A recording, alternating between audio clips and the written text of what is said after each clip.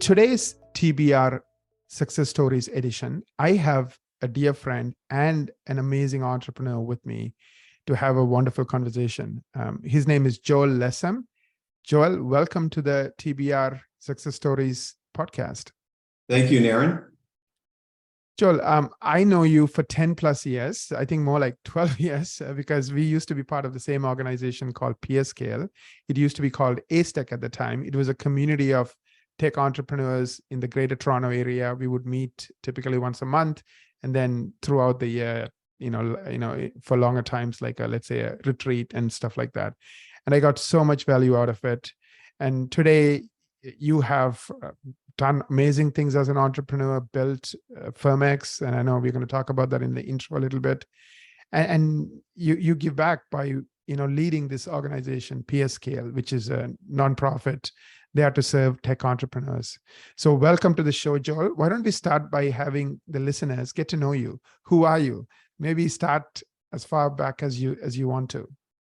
Sure. My name is Joel Lessem. I grew up in Toronto. I still live in Toronto. I started my life studying history, sort of a non-traditional background. I have a master's in history. I really wanted to know how we got to where we are in the world and kind of, all the sort of chain of events that led to our current existence, a sort of very sort of philosophical view of life.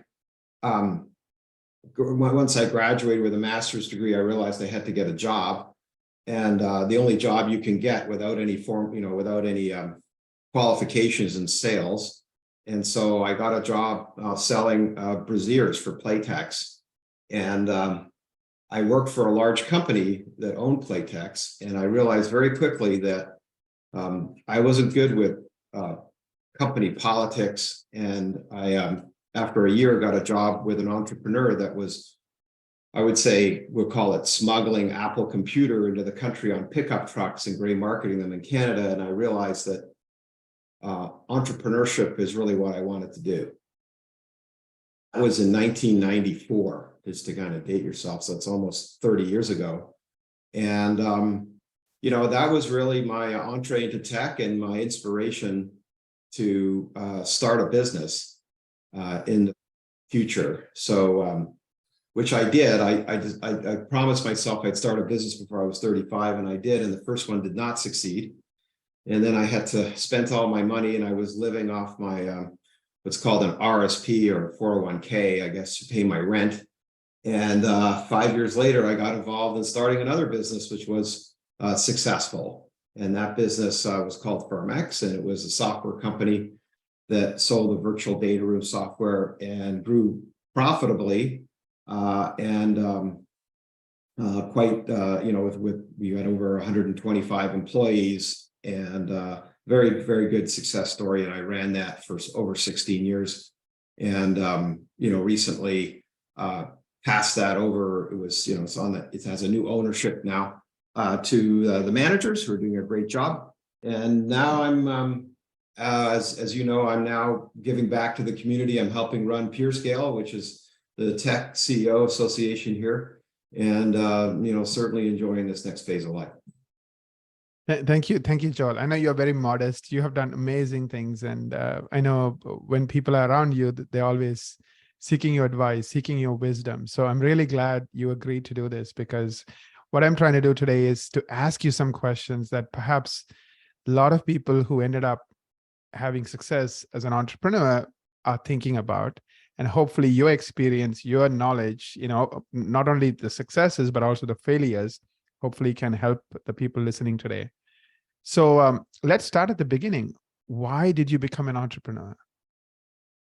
As I mentioned earlier, Naren, I realized quite soon I am not tolerant of any kind of company politics. I'm a very forthright person, and I just like to get to the, honest answers to things and improve things.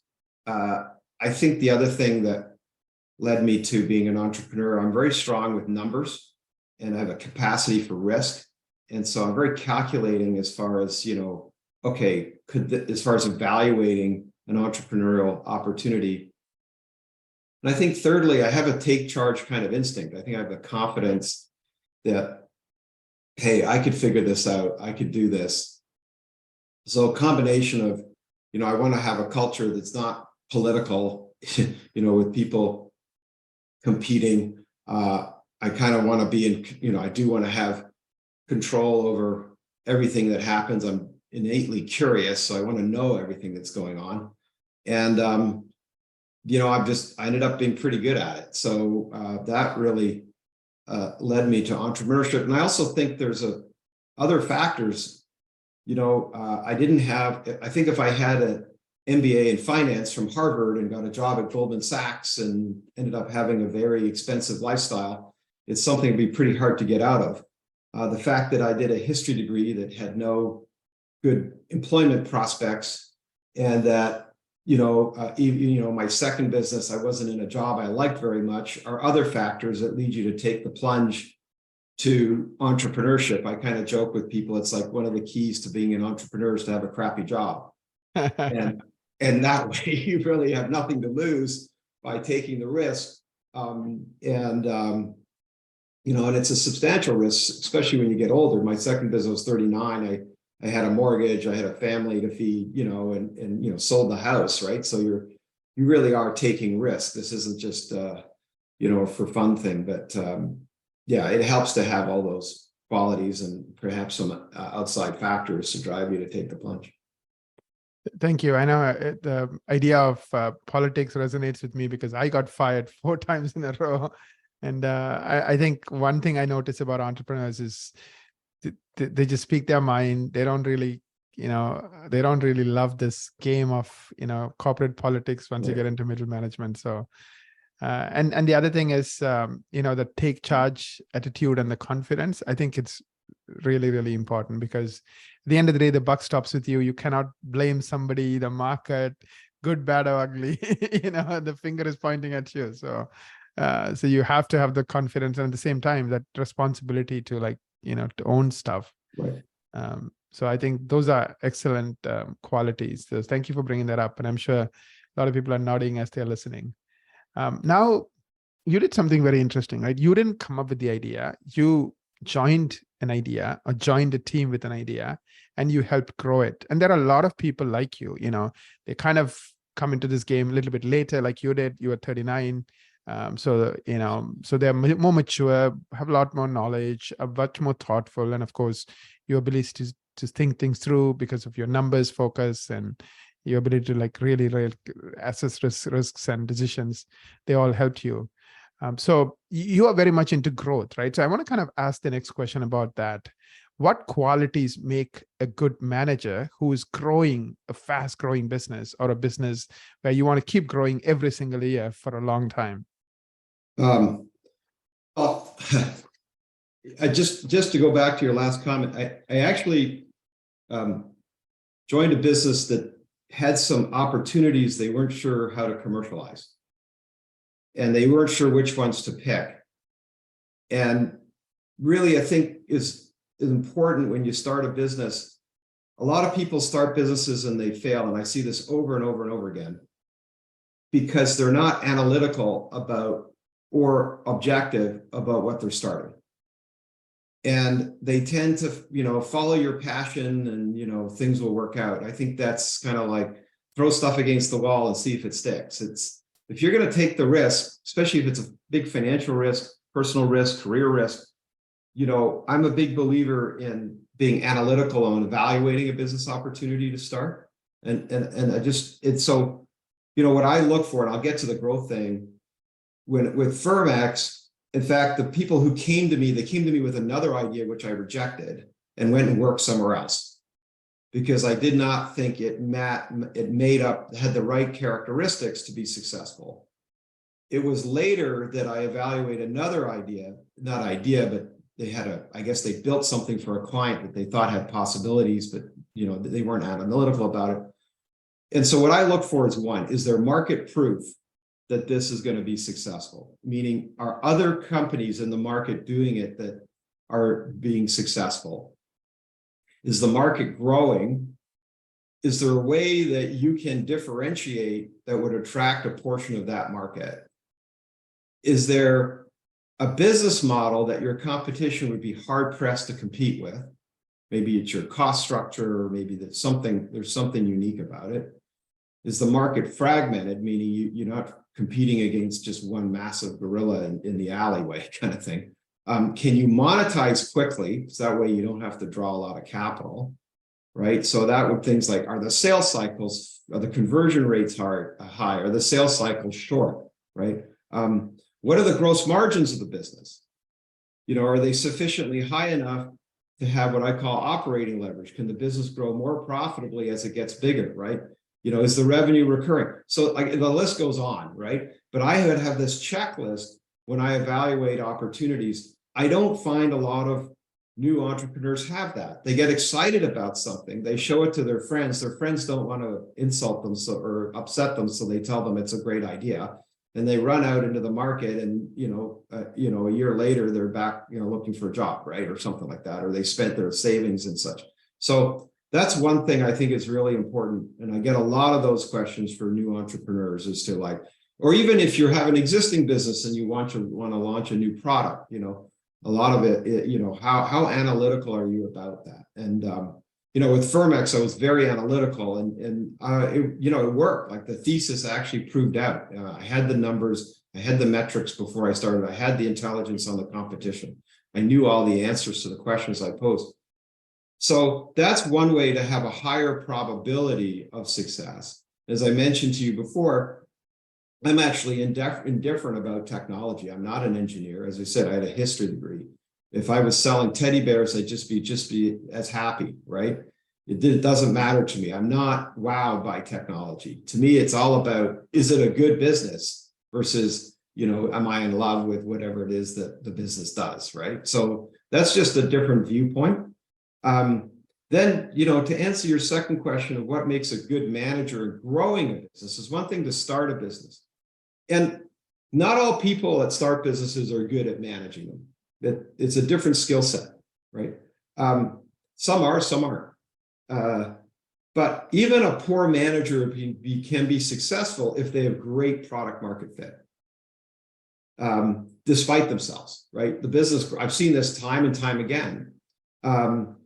However, if you're in a market that's more mature and more competitive, that particular entrepreneur is going to struggle, because the differentiation in a more mature market where there's less differentiation is going to be on how you manage the business. And so, I would say, in my view, good managers are data-driven. They're empathetic because they've got, and strong coaches because they're really leveraging people to grow the business, and they can build and evolve systems that are efficient and effective, right? So those are, this is not a comprehensive list, but those are kind of core things that come to my mind. And Firmex was a good example of that. Firmex was in a mature market. We really needed strong processes around execution, and that includes sales, support, product, HR, information systems. We didn't raise venture capital, so we couldn't just throw money at every problem to solve it. That's the lazy way to solve problems. We had to be efficient and effective, compete for both customers and employees in a very hot technology market, while running the business with, double-digit growth and double-digit profit growth at the same time. So being able to do less with more by being great managers. I think we're going to make a PDF out of what you said as to how to evaluate an idea before you jump in. I think that was gold, Joel. I think probably not a lot of people have a framework, and right. Even I'm guilty as charged. We get excited about the idea and we don't think things through. Mm-hmm. And sometimes you're wasting 6 months, 1 year, tons of money, not just your time, but lots of people's time. So it's really good to have that, right. Framework. So thank you for that. And and what you said really resonates with me. It's easy to win when you are the only game in town, or you are in a less mature market where you have something really unique that very few people have. It gets harder and harder when everybody else can do what you can do. Then it comes down to execution and how you keep improving. So it's fascinating talking to you and listening to you. So thank you for that, Joel. Let me ask you another question. we talked about three things: why you became an entrepreneur, and you did touch on the second thing, which I didn't ask you, which I'm glad you brought it up, which is about evaluating a business opportunity, and finally, you talked about the qualities that make a good manager, right, of a growing business. So thank you for those three things.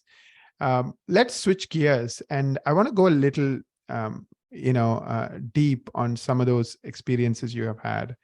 Looking back, we all want the secret to success, right? The things that perhaps you did really, really well, or you focused on a lot that made you successful. So I'm going to kind of break it into a few buckets so it's easy. One is, growing revenues. One is growing profits, and one is building a team that's really focused. So in each one of these areas, growing revenues, is there anything that you would share in terms of your knowledge or experience that you felt that perhaps you did or you focused on that made a difference? Well, I can tell you, and I give credit, there's a book called The Myths of Innovation by Scott Burkham that I read years ago that was really impactful.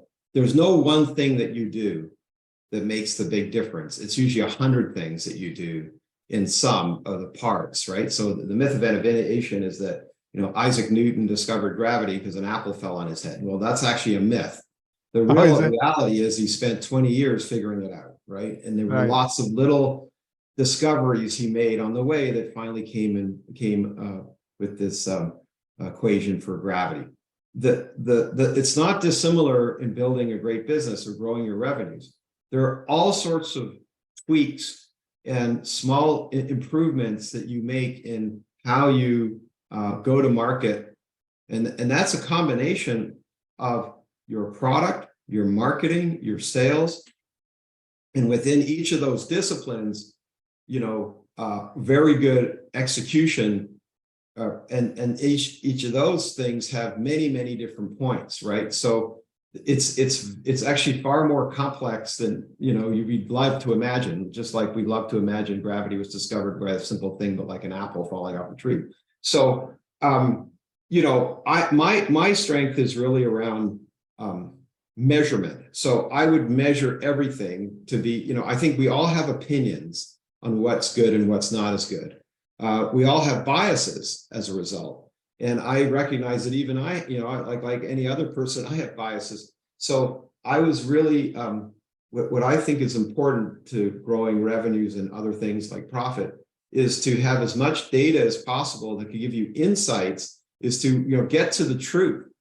Now, that being said, you always have a starting point. Do you have good sales playbooks? Do you have a good marketing strategy? Is the marketing paying off? Is your if you're a software developer like we were, you're writing, efficient code and product that you don't have to spend, all the boring stuff so much time fixing later on, right? Or creating all sorts of massive amounts of technical debt, or Frankensteining your product, right? These are all the boring things that people don't really get excited about, but that really matter, right?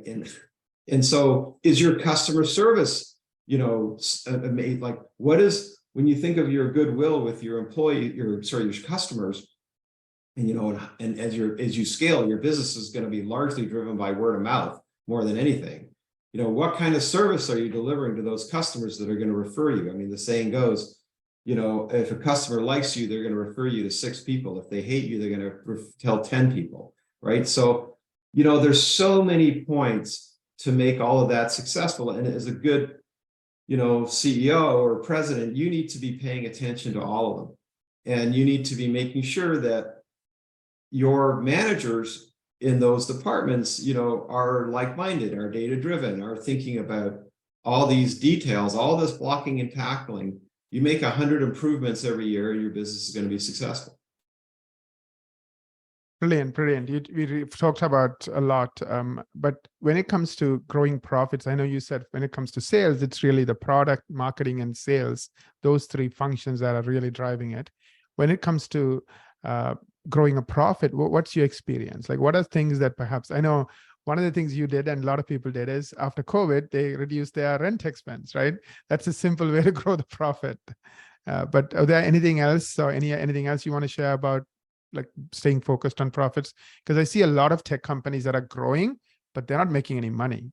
So, and which Yeah, is why, well, a lot of them I mean, that in struggle. part is a combination of one of two things. It's in part, if they're small, it's hard to be profitable when you're small because you just don't have scale yet. A small being, let's say, below 10 million in revenue, right? If you certainly if you have domestic labor, but it's the nature of the business. So Firmex is one of the most profitable companies in peer scale. And part of the reason was we had gross margins of 93%. Right. And so if you've got, we were all licensing, we had hardly any services to carry. So it's sort of partly the nature of the business. It lends itself, and most software companies do lend themselves to being very profitable. We actually were very efficient. We employed a lot of technology to do a lot of work rather than people. And so, and we didn't have, I would say, I see a lot of these funded companies and every CEO has an executive assistant where they really don't need one if they're organized. And so, they spend money on things they really don't need. I think, quite frankly, I always was puzzled by how many employees. A lot of them have twice as many employees than we do, except the same revenue. I just think they just run their businesses in a very inefficient manner. A lot of people are sort of running in circles. And, they may have very poor conversion rates and such. But, look, again, I think it's about process and systems and effectiveness. And you can actually run a software company very profitably. But most software companies at scale, are running somewhere between 25 and 50% profit margins. It's really, I think, just operating behavior of a lot of these companies that lead to profits or burning. A lot of times they get bought out at scale when they're 200 million by large private equity firms, and the first thing to do is cut costs because they don't need all the expense. So, I think that's just it's a mindset, but you need to have strong management to run profitably. And I would say companies that run not profitably without, I understand it if you're growing 50 to 100%, but if you're not growing that kind of rate and you're not running profitably, that's generally my view is just lazy management. Thank you so much for that, Joel. You ran a marathon, meaning you were with Firmex for 16 years. And I know when I was at the PScale event this summer, you talked about the average time it takes before something big happens for a company. I can't remember the data exactly, but it's not like 3 years. It's more like 10 plus years, right? So this is hard on so many levels because it's not like a job where I can check in and check out. You can just work 8 hours or do one thing and just forget about it, right? You are the leader. You are the CEO. You're calling the shots, good, bad, or ugly. It's with you. And you're dealing with investors. If you have investors, you're dealing with customers, you're dealing with team members. All these people have different interests and different goals and different ways of looking at things. So how did you stay mentally focused and just kept your sharpness? And also Sure. you are a dad, you're married. So it's not just Yeah. that one dynamic, right? There's another dynamic as a human being, as a person. So share some feedback on that, on Sure. mental health Well, and so forth. going back to the data, so PureScale, which is an association of tech CEOs, just to give everyone some ideas, PureScale's had 45 exits.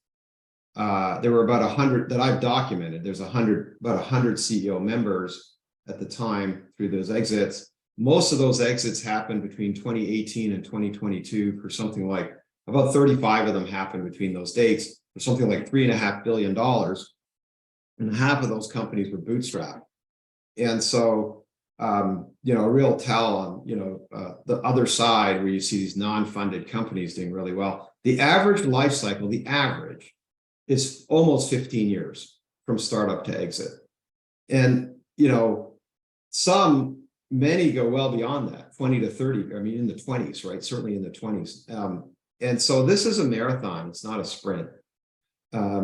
And so you need to think about that. Like, okay, so I'm going to spend, a lot. I meet some entrepreneurs, very hardworking ones that are working 7 days a week and all day, and they're completely obsessed with the business. And I think that's that's pretty common when, especially the first year of startup, where, it's almost like, it's like when the business is in its infancy, it's very vulnerable. So you're really protecting it. But, you really need to, and I know this from personal experience. When my first business, I behaved like that, and it was very, very, very damaging when the business didn't succeed. I had an early business, and so I would say that first thing you got to understand is it's a high stress, high energy job. And I didn't really realize that until I stopped doing it a year and a half ago. It's like, wow, this is easy. It's just not, not under this much pressure. You really need to take care of yourself, kind of like an athlete, and regular exercise, eating healthy, and most importantly, getting good sleep. Like I really need to do that to stay healthy, and it helps feed your brain. My view is that there should be at least a few hours, maybe a couple a day, where you're focused on something else.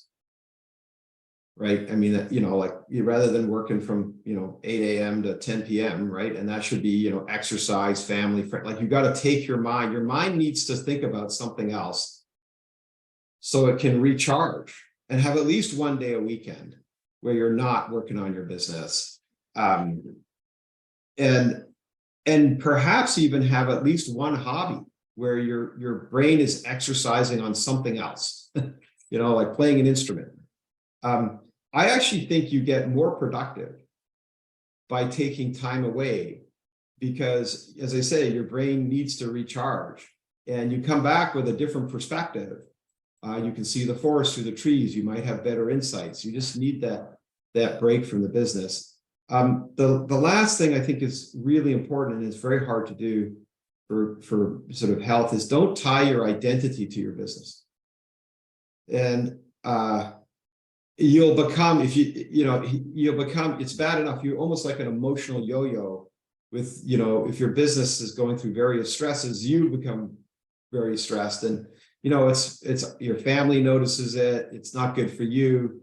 You need to try and manage that. If your business fails, particularly early stage, and your identities and all your time is spent on your business, it'll be devastating. You'll think you're a failure, and it's very, really challenging. So, and there may come a time where you need to hand your business off over to someone else. And there are entrepreneurs. I just know one, he's 77 years old, finally got convinced to sell his company.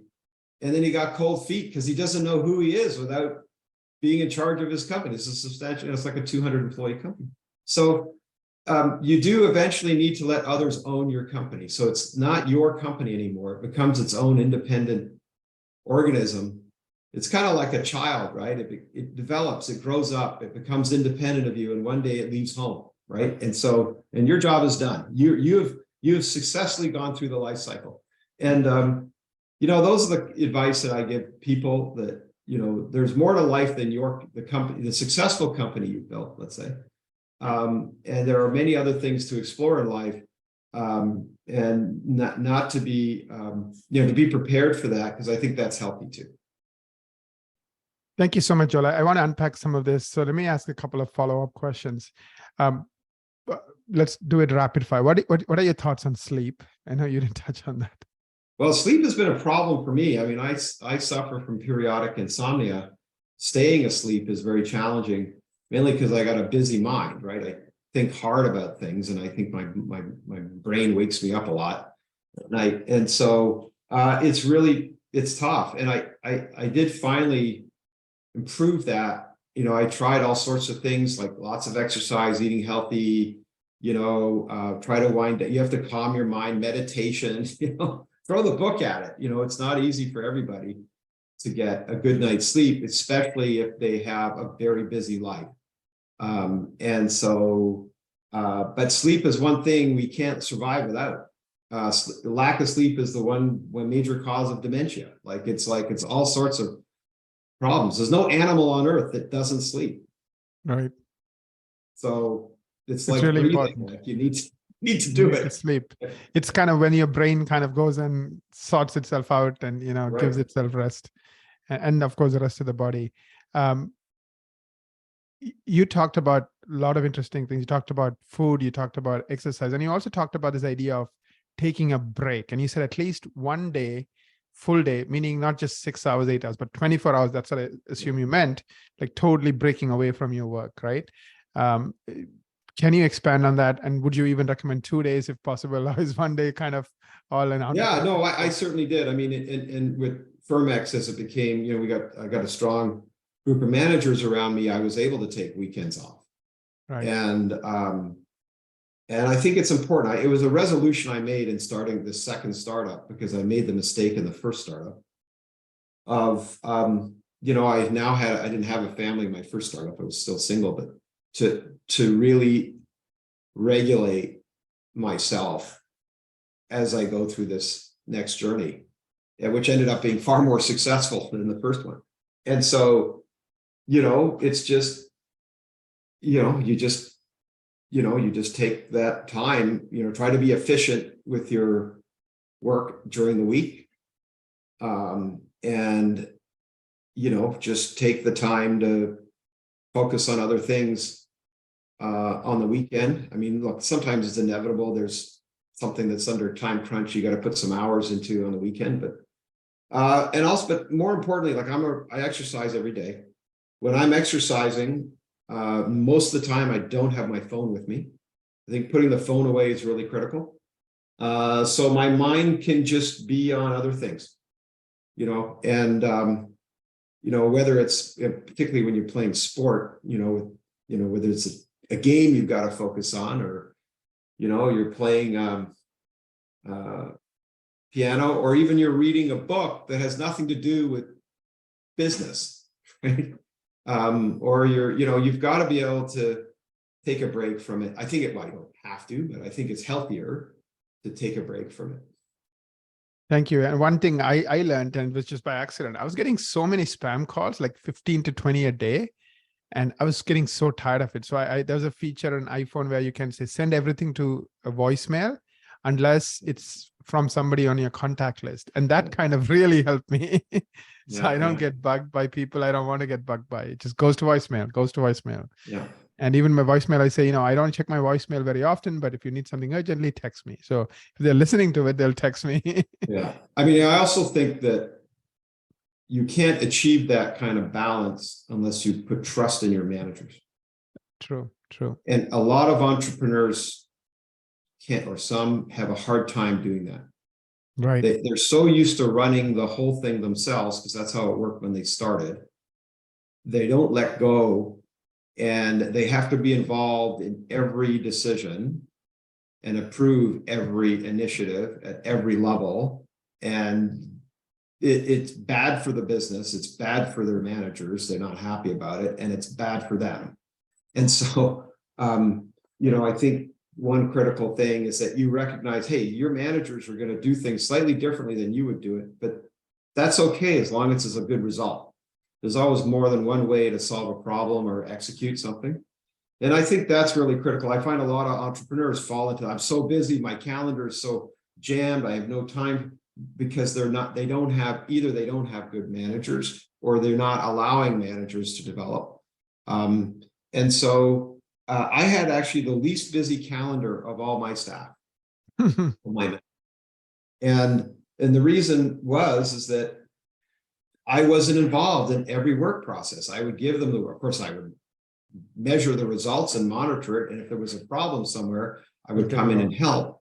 But as general rule, I was like, I basically would delegate to others over, especially at scale. And, it allowed me to live a much healthier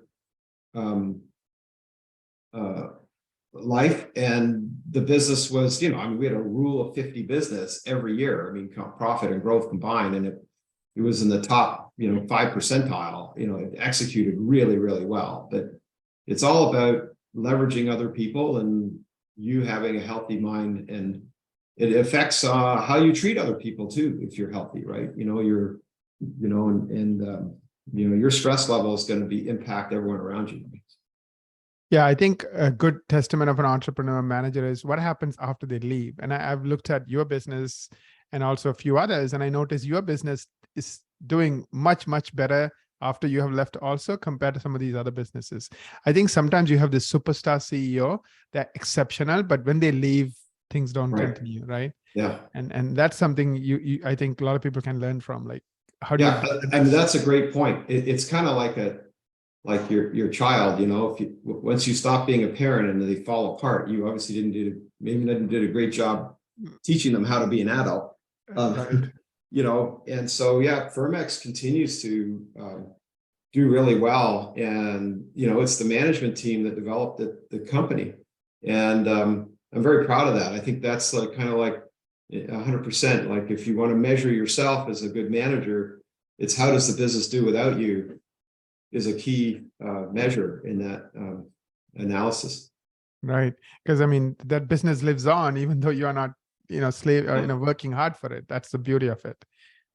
Thank you so much, Joel. I learned a lot. As we wrap this up, any final thoughts, any final messages for anyone listening to this awesome episode?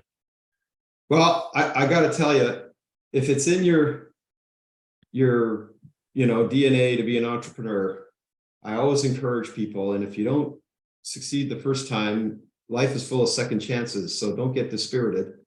I'm just so happy that I was able to do it. I also recognize that a lot of things had to go right that weren't in my control. Every entrepreneur who's successful and it knows that luck is also part of the equation. They're humble enough to understand that. And some people just it's not in the cards on the first or second try. And that's why I say, keep giving it a shot, and maybe your dream will come true one day. Thank you so much, Joel. Thank you everyone for listening. And if you love this episode, please share it, and looking forward to seeing you the next time. Bye-bye.